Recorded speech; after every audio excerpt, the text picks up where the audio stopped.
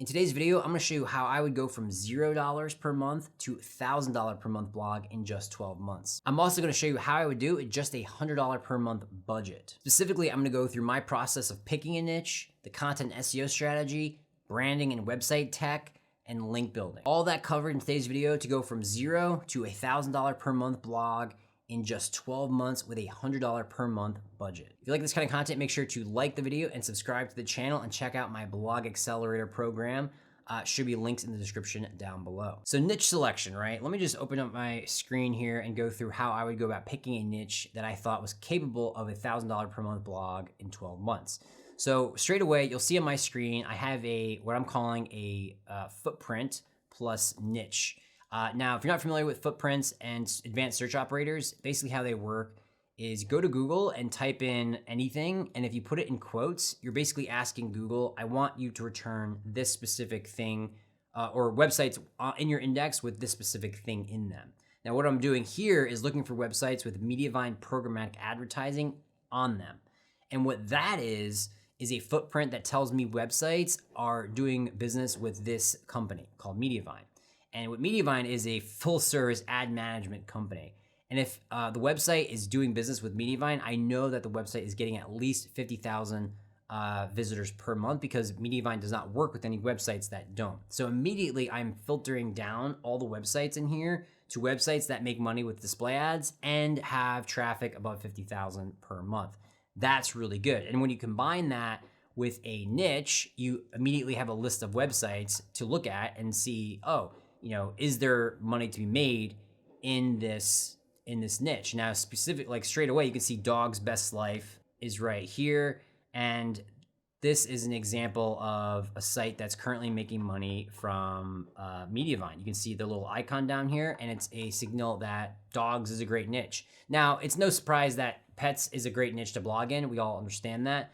But it gets a little bit more interesting when you type in more nuanced niches, like say music, for example. You might be like, oh yeah, I'm really good at music. Maybe there's something there. And it's funny, there's actually more websites that are in music than there was in dogs. Now, maybe you want to go a little bit more niche and go guitar, right? Let's see what that is. Now we're getting really niche, but you can see that Guitar Space right here is a website that is making money and it's got a lot of ads, but is a really great example of a site that you could emulate, right? So anyway, this is exactly the type of process I would go through to start a blog from scratch. Now, when you do this, I would immediately start listing all of these sites out in a Google Sheet. I'm really big on Google Sheets. I'm a Google Sheet guy.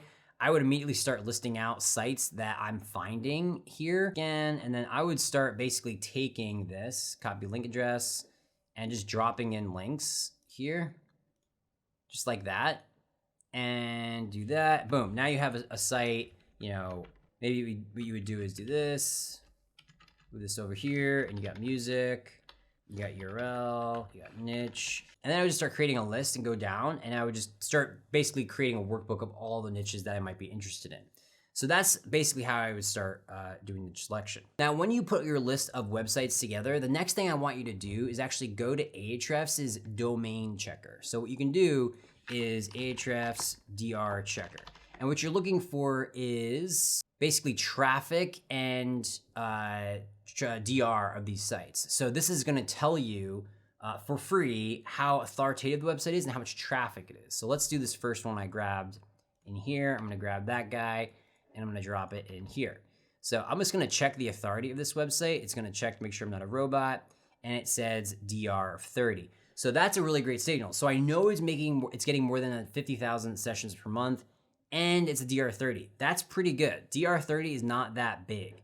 So what that tells me is like, this is a really great signal that this niche could be a big opportunity, like getting into the guitar niche basically. So now that I have my niche picked out, probably guitar in this case, what website tech would I use? How I would go about branding? So for website tech these days, all my websites use Generate Press and Generate Blocks. Now, there's a lot of different website tech out there to use. There's Elementor, there's Bricks, I want speed and I want simplicity.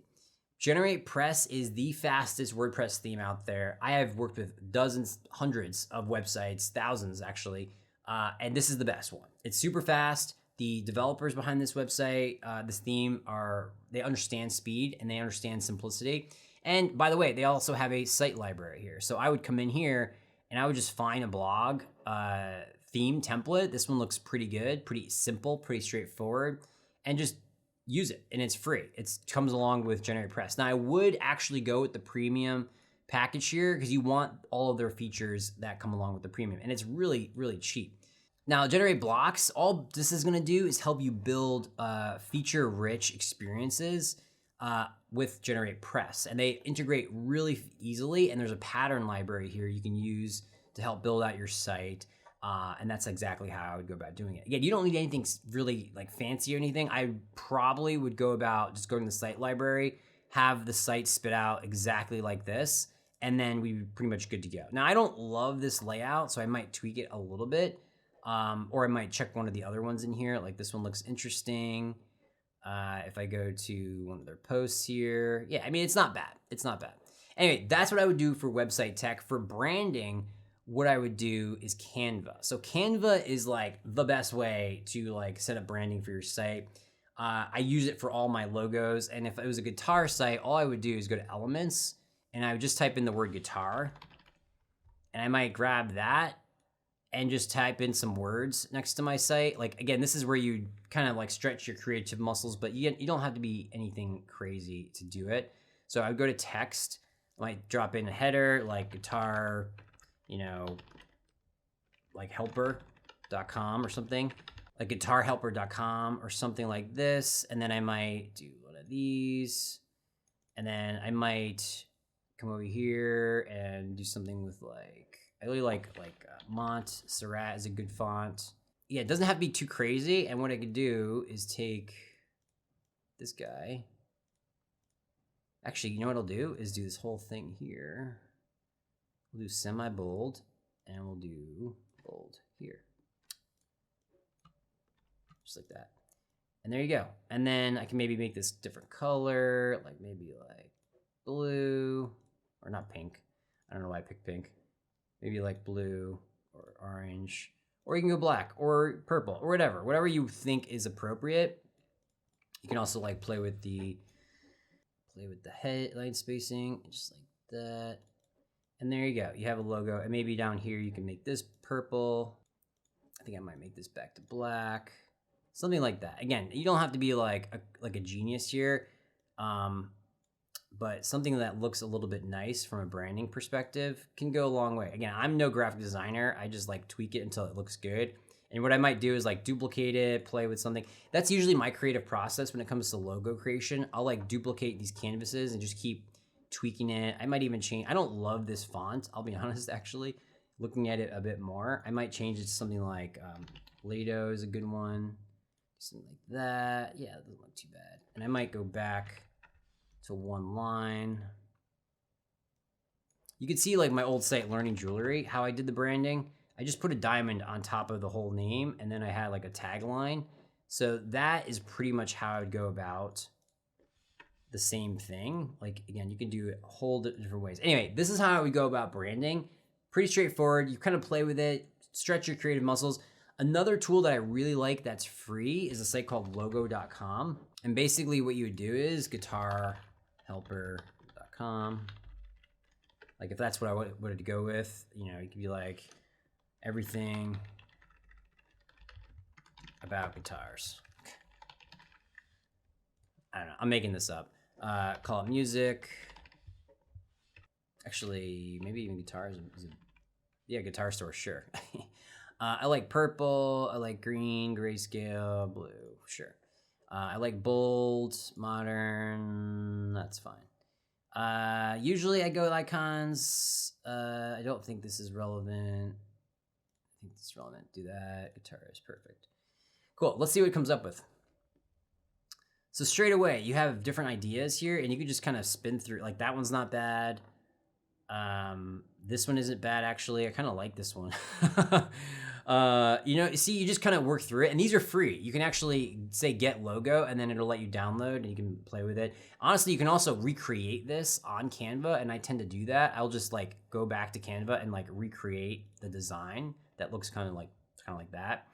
So really slick tool, definitely recommend it. So now let's talk about content. So what would I do for content? So pretend I have this guitar site. Basically, ChatGPT is now my new favorite content resource. Okay, so I'm in ChatGPT here and I wanna build a guitar site. I'm just gonna ask ChatGPT how to do that. So I just typed in, what topics should I cover for a guitar blog? Let's see what it comes up with. So now it's done spitting out its the topics here, and I'm really liking what it's doing. So immediately you can start to see how a site would come together and how I might organize my blog. Definitely would do reviews of guitar equipment. So I could see like the header being like home, guides, reviews, about, or something like that. And it could be reviews of guitar equipment. Also like tips, could be another one. And then you basically have your sort of like, call it hubs. And then maybe in reviews of guitar equipment, we would do something like, list all types of guitar my blog should review. So I'm gonna let that work and see what it comes up with. And there you go, boom. I now have all of my guitar site laid out. So if I'm going back over to my site, I might do like, content strategy.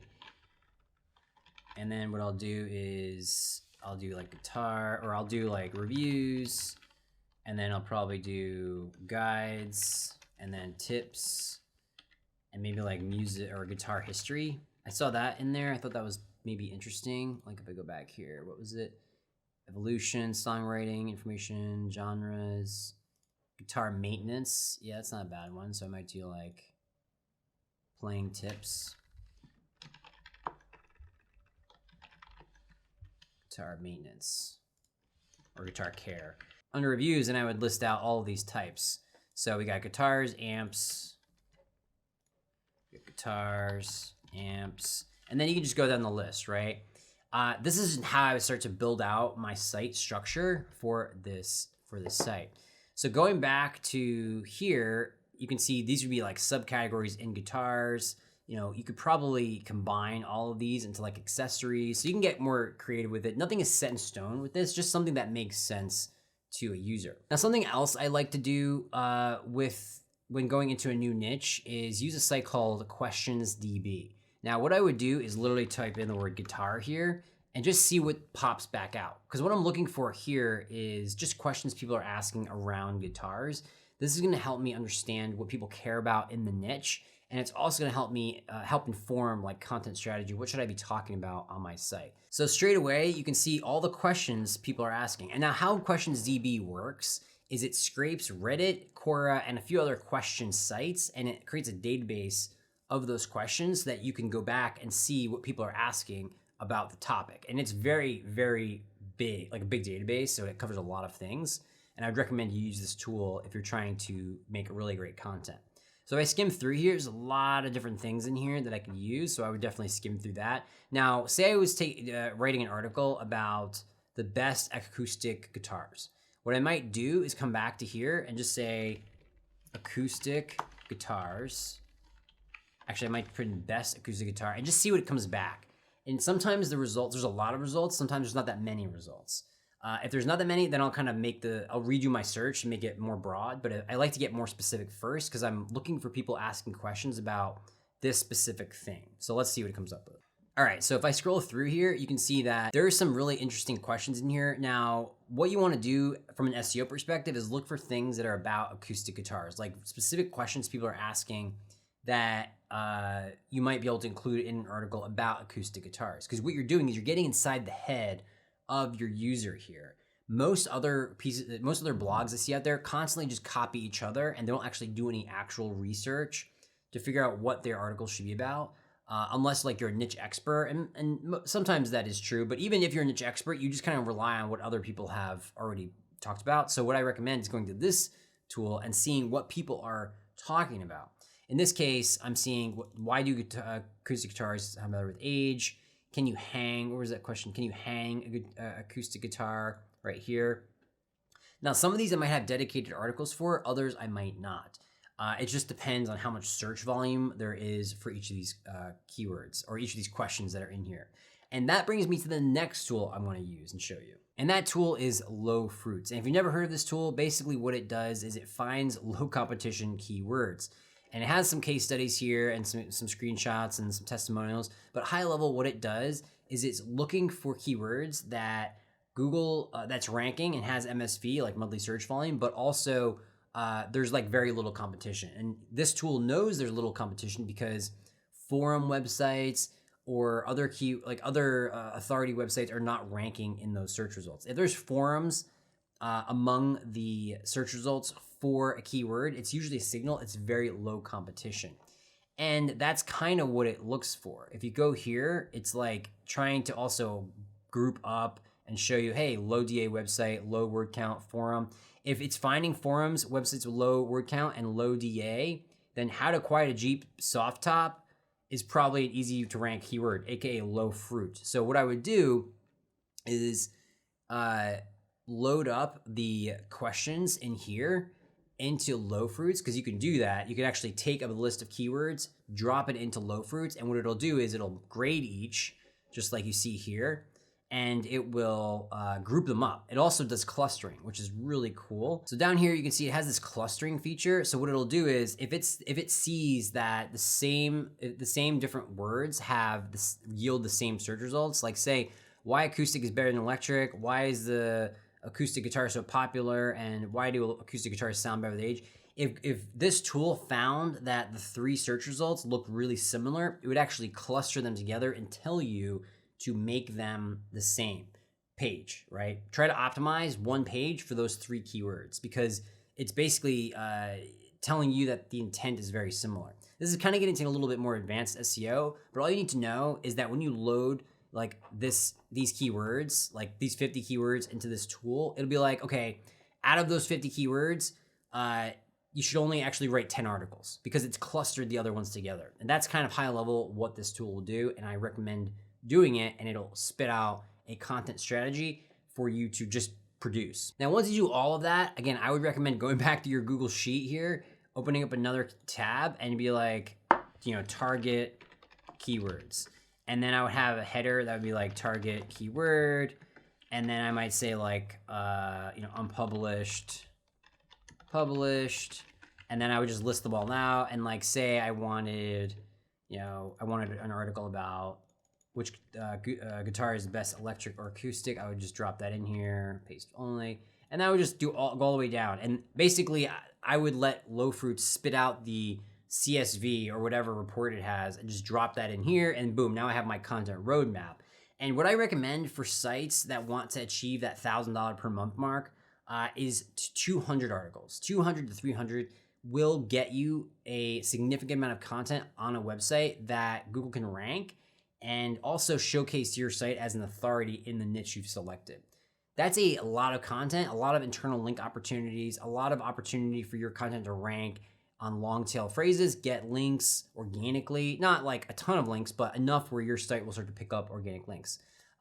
So anyway, that's sort of my approach. I would have at least 200 keywords here. I would use low fruits to group them up. And I would also try my best to get to that, again, 200 to 300 keyword mark. Now, from an SEO perspective, the next thing I would do is probably use ChatGPT to create outlines for these articles to speed up my workflow. And what that looks like is I would just take this right here and jump back into ChatGPT and be like, create an article outline for the following topic. Paste that in and let it go. So once it's in, it's going to spit out an outline. So I'll let that go for a second. All right, and it's done. So here's what it came up with. An intro, electric guitars, acoustic guitars, comparisons, conclusions. So I would probably use this as a basis for my outline for the piece. Of course, I would tweak it. And the next thing I would do is go back into my sheet here, and I probably would create a column and create a brief column and then a link. And I would create a link to a brief here. So I probably grab this, grab that, do this, paste, and then this is the brief for this. Guitar is best electric or acoustic. Do that. And then I would just work on it. And then I would take this link, drop it in here. Again, you got to stay organized, right? So you do that and boom, now you're starting to stay organized. You have everything connected. Some of these briefs can be used as templates. And template briefs are things that I try to communicate to my students and people I work with as ways to scale up content production. Template briefs, you can think of it using like one brief for 100 articles, right? Or 100 keywords, because the same brief can be used multiple times over and over again. And then moving on to link building. So link building will have to happen. I usually don't start building links to new sites until 30 to 50 articles are on the site. You want the site to look full and lively and not look like an affiliate site as well. A thing that I see a big mistake I see most newbies and bad bloggers do is just load up on the commercial content. So it'll be like best guitars for this, best picks for that, best electric acoustic, whatever. So many best articles. And then when you do link building or email other bloggers, say, hey, check out my blog or like link to this article on my site, and they see your homepage and it's full of best articles, that's bad look. So don't do that. Keep it to like 50-50. That's generally what I recommend to make the site look like an authority site. It doesn't just cover reviews. It covers information, guides, tips, the history of guitars, for example. That's what I recommend. Now, what I also recommend is a great about page. Now, I went to my old site, Learning Jewelry here, and it looks like they messed up the site a little bit because there's a sidebar here, but you can see what the about page used to look like and what I included on it. Now, I included specifically as featured in Brides, Bustle, Wedding Ideas, Diamond Hedge, and then a little bit about the website, and then basically our authority, and a little bit here in my old picture. And basically what I want to do with the about page is make it so that we are an authority, right? Because usually what happens is if you start emailing other people to link to your website, they're going to go to the home page and they're going to go to the about page. You want both of those pages to look really good to maximize your chance of getting a link. After you nail your about page, what I would recommend you do is start pitching Harrow. So if you're not familiar with Harrow, help a reporter out. Once your site is up and looks professional and your about page looks great and your homepage looks great, start pitching Harrow. Sign up to their newsletter and start responding to journalists' requests for comments or topics. This is getting extremely popular, so your results may not be as potent as they were, say, a couple of years ago, but it's still a great source of high authority links that could really put your site on the map pretty quickly. I would do Harrow, and then I would also start emailing other people in your niche. This is a big thing that I don't see a lot of people doing. If you're, say, a fitness blogger or a gardener, or you started a guitar blog, I would build your guitar blog, put 30 to 50 articles on it, start up Harrow, and start emailing people in your niche and being like, hey, I exist. I have really great content. I spend a lot of time on the branding, and I see that you have a music site, and maybe we can do something in the future. Don't ask for anything, but just email them. Let them know you exist. If you do that, chances are you're going to start building a relationship, especially if your content's good on your website and you put really thought and care into your website, because like nobody does that. And very few people, when they're emailing, like actually spend more than 2 seconds personalizing these emails. I would recommend you put in that time, especially as a new blogger. Put in that time to craft a dedicated email to people in your niche and let them know you exist. Like, hey, Dan from musiccritic.com or whatever, right? I see you have this site. It looks like you're an editor here, or you own the site or whatever. I'm also new on the scene, have some experience. Don't want anything from you. I'm just letting you know I exist and I like your work. Maybe in the future we can do something. And that's it. Do that like 100 times and you will see results from that. Again, it's like you're planting seeds. And I would say like maybe 2-3 months, maybe a month, 2-3 months after you do that, create an article that's like newsworthy. That's like maybe a digital PR piece, some research, or in the music industry. Again, in my case with this niche this example, and reach out to those people you reached out to. Be like, hey, I saw you tweeted on this thing the other day. I just wanted to reach out and tell you that I like that. And by the way, I just published a piece myself over here. Maybe link to it or tweet about it, right? If you think it's interesting. Or, hey, do you have any ideas on how to promote it? I want to get it out there, right? Almost like don't even ask for a link, but ask for ideas on how to promote it. And because you've established that relationship, you now can basically, you might get lucky. You might just get a link because like, oh yeah, I'll link to it. It looks really great. I actually want to show you an example of somebody that I know doing this really well. This exact example of like generating relationships in a niche. It's a site called Gentleman Within. So the guy who owns this, his name's Coy. First of all, check out his about page. It looks really good. And the guy himself is a designer. So he is, he's got ads here. Let me close that. But you can see if you read his about, this is his about page, or I guess it's his start here page, which effectively is his about page. But it's legit, it's a really great high quality about page that is explaining exactly what the site's about, how it became what it is, you know, actual images of the person. Do that, by the way. Do not create an AI image, please. It just looks really bad these days, and it just is not. It's not building a site that it's going to be around for more than 12 months. This is the type of site that somebody, I know the guy personally, and what he did was he reached out to everybody in the men's fashion space. Men's fashion as a niche, a blogging niche, very competitive. Okay, really competitive. And this guy did it in spades, and he got links from some of the biggest websites on the internet because he put in the work to make his content really great. Anyway, that's what I got for you in today's video. This is how I would build a blog to over $1,000 per month. This is exact strategy, okay? I would use the search operator strategy to find a niche, validate it with those footprints to make sure, hey, it's on Mediavine, it's making money. You can even copy the articles that those sites have written about because you know that they're getting traffic. You don't need Ahrefs or SEMrush to tell you. You just know that this site has done it. So just copy it, maybe do a spin on the angle. Website tech, generate press, generate blocks, Canva for branding, link building is all about Harrow, a great about page, great home page. And that's it. That's pretty much it. It's not rocket science. Just follow these steps and you will put yourself miles ahead of what most people will do. Again, this is how I would approach the strategy in 2023. Hopefully it was helpful. Again, if you like this kind of content, make sure you like the video, subscribe to the channel, and check out my program, Blog Accelerator. Talk to you soon.